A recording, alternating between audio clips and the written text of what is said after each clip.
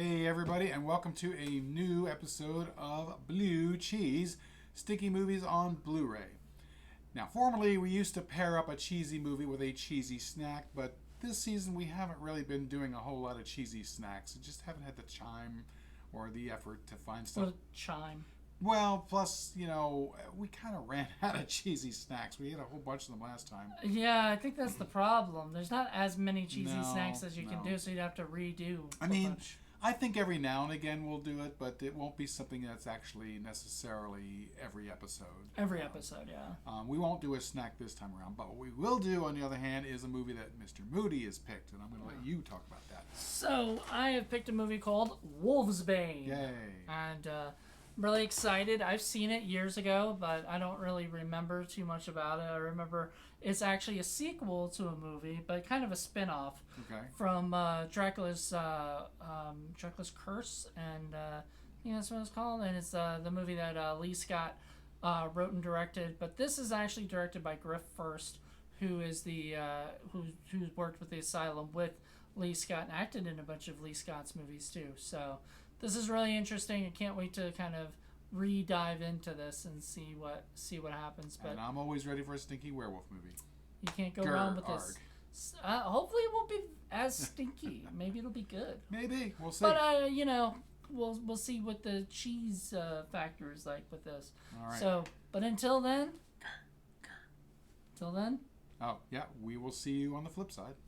Bye. Oh, jeez, what smells?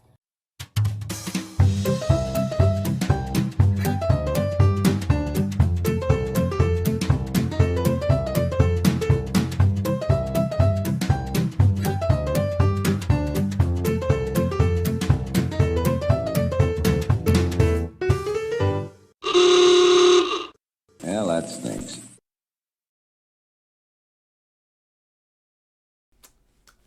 And we're back. We just finished watching Wolvesbayne, and Who was that on the cover? I guess the original werewolf that you never really see. Is that the guy? We never found out who the guy was who started all this, did we? Yeah. No. So for that in itself, and by the way, we gotta get our cards, and stuff, so that later we can do that.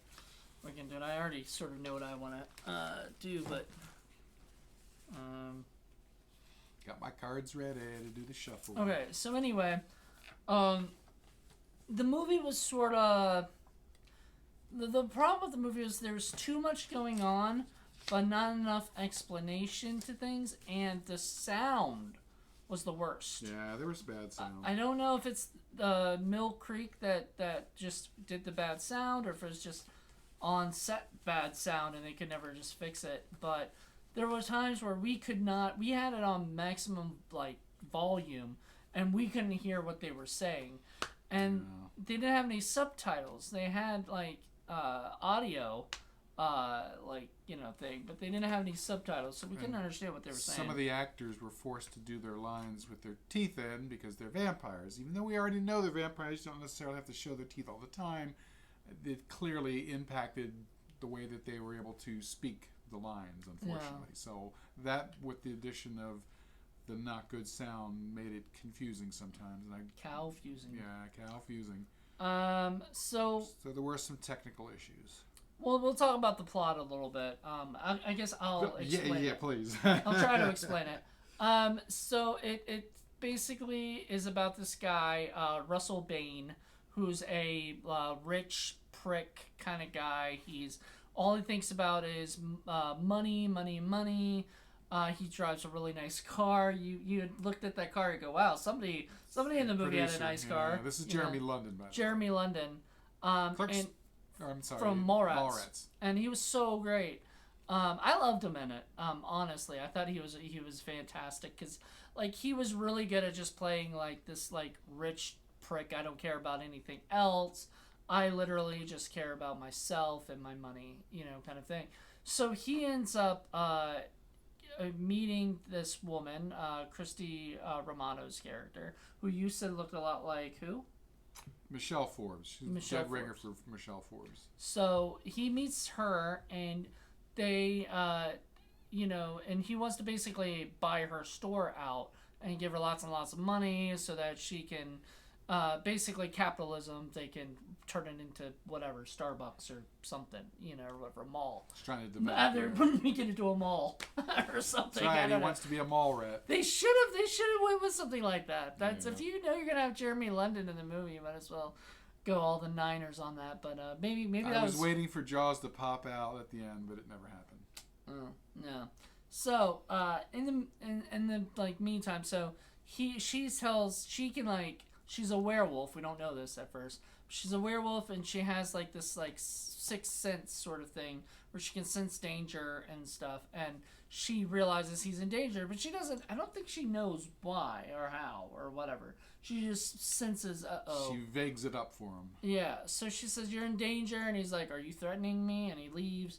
And she, basically, he ends up that night seeing this woman's broke down car, decides to call cops, the car ends up getting attacked by a werewolf.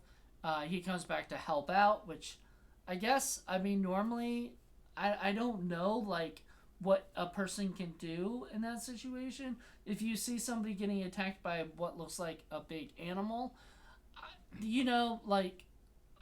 don't know. Like, would you step in and help out, or would you keep driving? Well, I'm not a rich asshole, so odds are he probably wouldn't have, I would think. Normally. But he was in danger. That was kind of prophesized, I guess, that was going to happen. Yeah, he sort of fulfilled his own prophecy by doing that. Which was sort of weird, because later you find out that his father was a werewolf and was a part of the clan or something, werewolves or something. So he's already a werewolf. So, yeah, does that make him already part of the lineage? Is that why the werewolf kept it or turned him or something? If he's born to a werewolf, you're not a werewolf?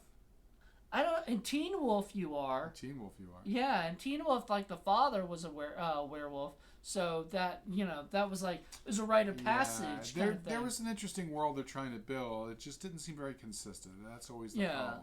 So they end up. He ends up getting turned into a werewolf, and he gets bitten. And as you were saying when we were watching it, because I always know it as, if you get bitten by a werewolf, you can just turn, like it just happens, or whatever. You don't wolf out all of a sudden, but you have all the powers of a werewolf once you've gotten bit. But he still had little scratches on him from it at the hospital, and he realizes something is wrong. And that night he kind of blacks out because of what happens when you become a wolf. You kind of black out. And he wakes up the next day, and you're like, it's all a dream. But it turned out not to be a dream. And he came in, and he found a dead pig in his house. And so he wanted to figure out somebody to go fix it. But instead, he goes and yells at Christy Carlson Romano. Where did he even find the pig? Or Christy Rooney now. What? Where did he even find the pig? It was in his, I guess not his living room, but it was almost kitchen. Yeah, but where did he find it? That's true. I don't know. They're not running around the city in Baton Rouge. I don't. Unless they are. Maybe they are. Maybe there's little farms out there. They gotta have pigs somewhere to make bacon and stuff. I don't know. Somewhere. But you would think that it's a city. It's full of dogs. It would be an easier thing to get a dog. Yeah, but maybe they decide not to do the dog because it's a werewolf, and werewolves probably wouldn't attack a dog.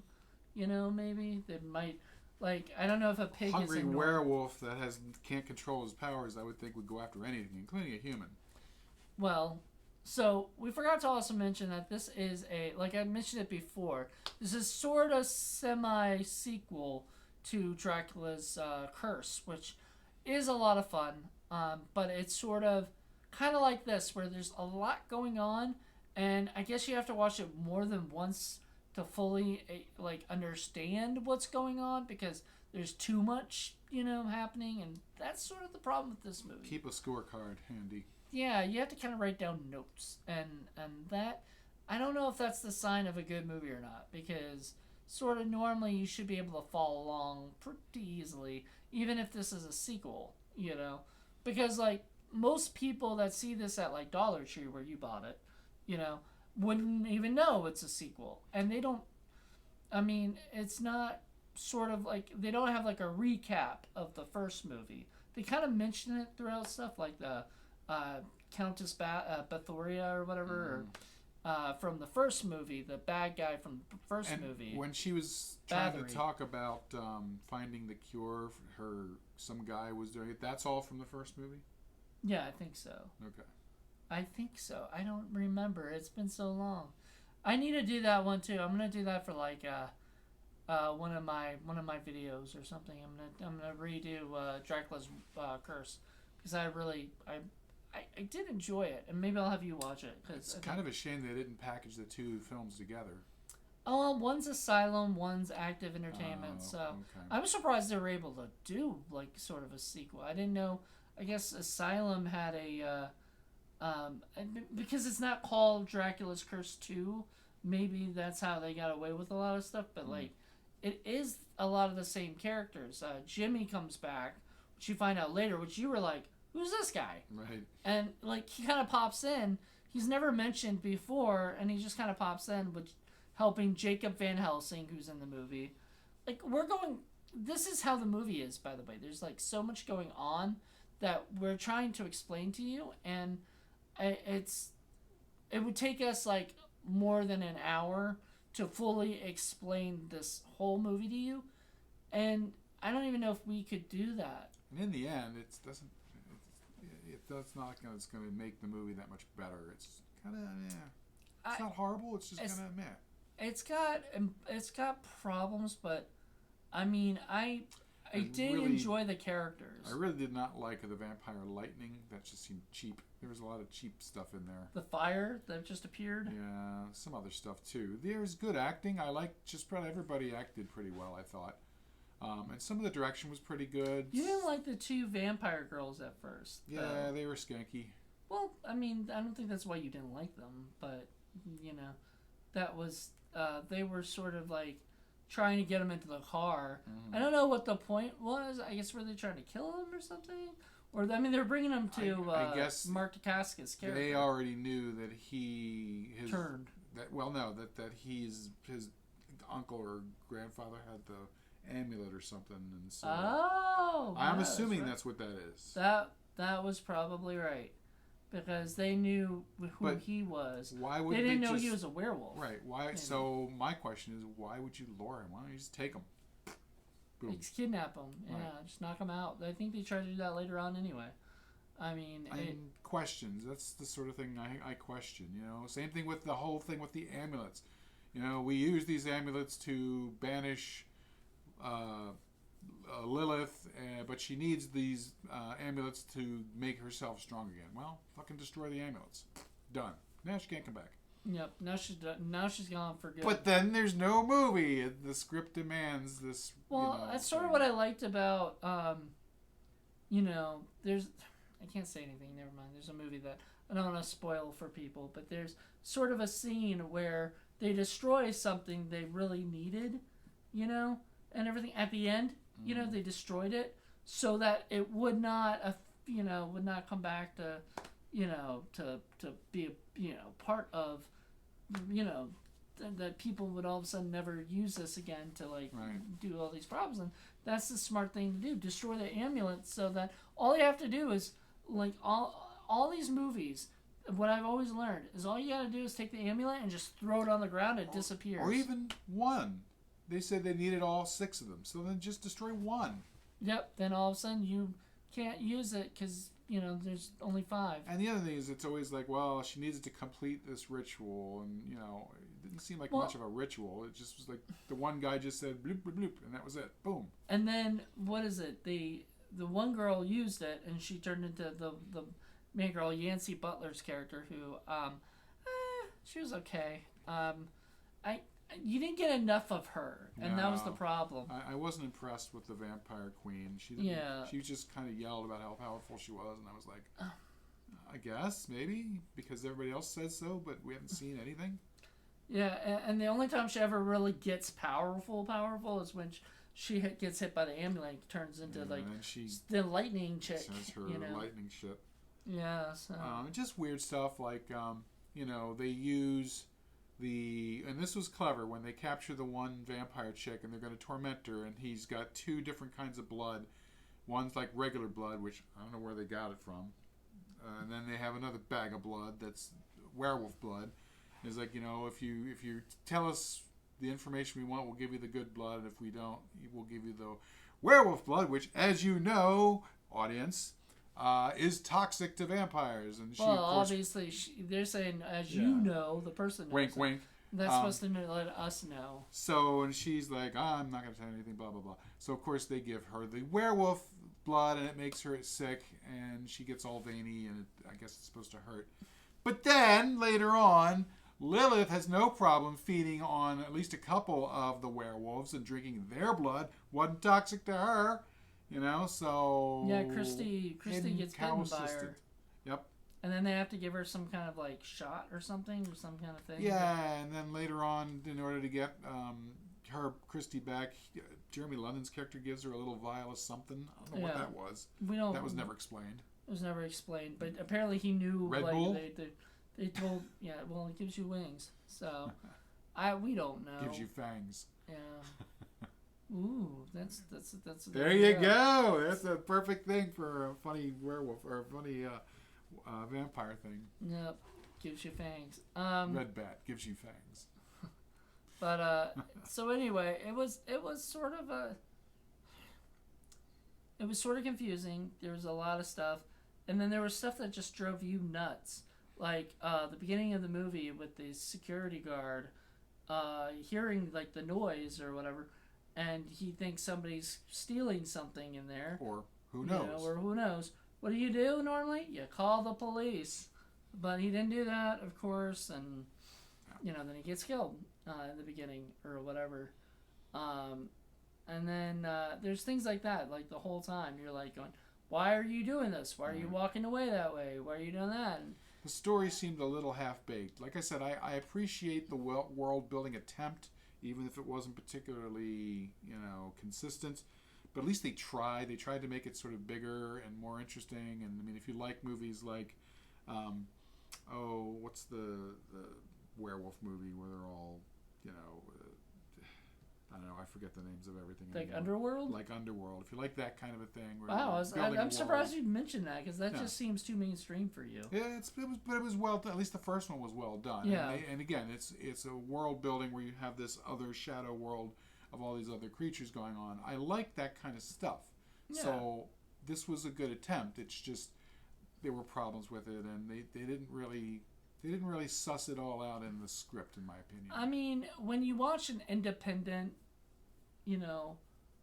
horror movie like this, or action, or whatever you want to call it, movie like this, that's sort of what's going to end up happening, is sometimes things get kind of lost in and that's problematic to me. I mean, you may not have the money to do great special effects. You may not have the money to hire the greatest actors. You may not have the money to get all the sets or all the locations that you want. But what you do have time and money to do is to write a really good, tight script that makes sense. That doesn't have plot holes. I'm just going to say, sometimes you don't. Sometimes they need the movie now because a company is saying, hey, we need a werewolf movie. Get me something in 3 days. Yeah, it happens. And you know what? You're not going to make a really good movie sometimes you do. in 3 days. Sometimes you can. I can't think of one. Asylum does it all the time. Their shit shit. No, but their stuff is sometimes pretty good. Especially the old Lee Scott and Griff first stuff. All of that stuff was really good back then. Well, I'd have to see how many of that was actually 3 days worth. I mean... Well, okay, it might have been more. I don't know. I'm not putting... numbers and whatever, but I'm just saying, sometimes it's really quick, and you have to kind of. If it's a simple story, sure, but a movie like this with all these different things going on, different stories, different characters, you need to have more invested in your script. Yeah. In my opinion, if you're going to pull it off. Well, and there's always issues on set. Things pop up, and we have to do this because this is closing at blah blah blah, and we got what I mean. So there's probably a lot of independent stuff that we don't know like that. Yeah, I mean, if it's one of those things where you got to have a werewolf movie or a vampire movie, you can churn out something like this that has all these complicated moving parts and plots and things. I think you give that a pass and you work on it until it's at a point where you can tell a story Everybody can properly. understand what's Yes. going on. Yes. Maybe people could understand in the original script, and then it just got lost in the making of it. I guess That we'll happens never know. I wish there was commentary. I was about to or- say, since this was a bare bones Yeah, DVD it's kind of a Blu-ray, bummer. we didn't really that- get anything.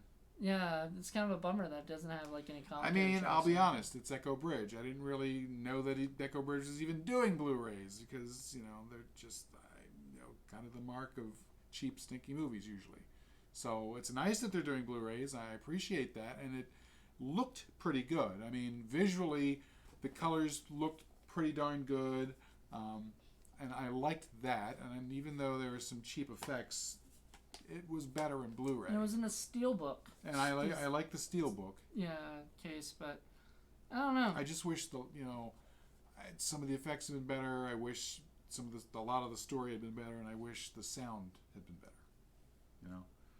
But there's probably a story in there about the making of it. It would have been good to know. Yeah, I don't know. I enjoyed it still, but like it does have its problems. I mean, I kind of fell asleep a little bit. You did. I had to wake you up and then rewind it a little bit so you could catch up to what was going on.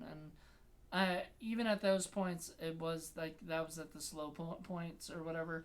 And when you can't really hear everything that's going on, it becomes hard to follow. Becomes a little problematic. Especially in a movie like this, where if you fall asleep for 5 minutes, you might miss a lot. You miss a lot because there's always something going on, which is a good thing. Because, otherwise, like, why would you? I like how they're like saying, okay, that's too much backstory for now. Well, we'll fill you and the audience in later wink, with wink. other stuff going on. Which, and then she says, you had a good day today, but blah, blah, blah. And you're like, he had a good day? What day? What good day? We thought there was going to be a training montage. And there really wasn't much of a montage. It was kind of a bummer that they didn't go all full montage. And Al kept saying how he wasn't ready, and since we never saw him do anything, he really wasn't ready, but he was there anyway. Yeah, well, he sort of shot his gun. Right, and then it's like... But he never wolfed out. No, he never wolfed out, and how ready do you have to be to just point guns and shoot? Once again, it was sort of bummer because he didn't wolf out. The girl didn't wolf out. Learn to control it! Well, the girl didn't wolf out.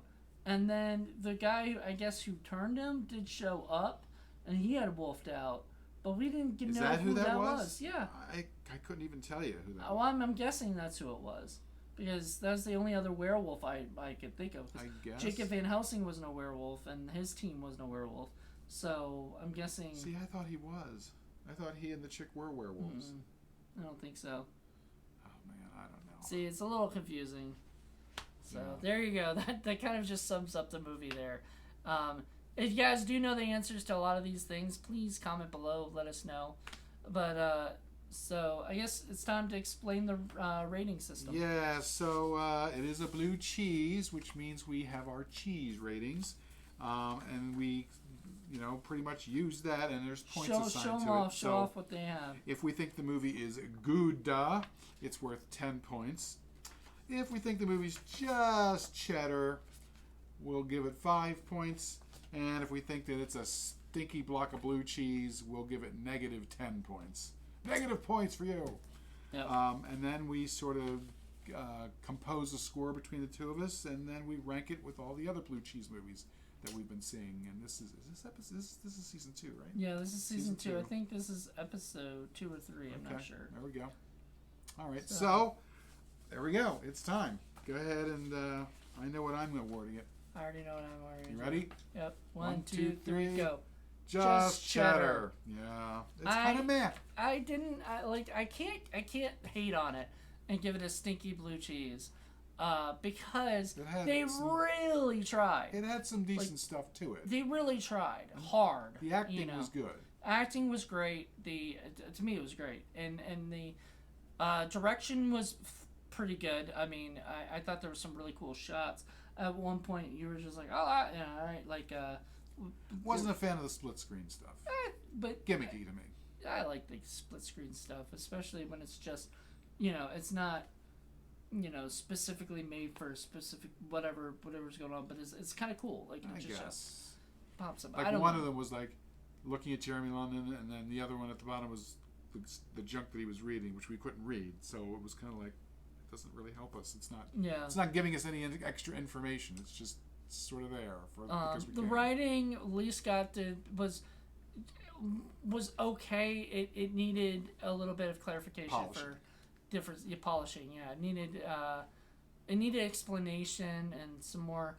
But I mean, I understand, like, it's hard to do this without just being exposition man who walks in and just explains everything to everybody, to the audience or whatever. And so I'm glad they didn't have that all the time. And the other thing is, Michelle Forbes' Light character was kind of instrumental so much in the 2/3 of the movie, but by the last third, she kind of vanishes and doesn't really do much of anything.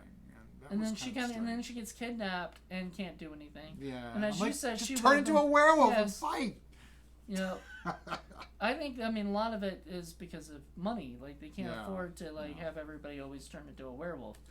I mean, at least they didn't do like a stupid suit, or a crappy looking suit. They went with CGI werewolves, which, I'm not a big fan of, but it looked a lot better than Lichen Colony and some of the other stuff that we've seen, The vampires were easy enough. They did it wasn't a guy in a mask or something, But they could do things like they could just poof at will and just vanish somewhere that else. was the vampires. Right, the vampires. So it's like, why don't they just do that whenever? Yeah. They could never be in they had two vampires fighting each other physically, but they never did that trick. And it's like, well, why didn't they just do that?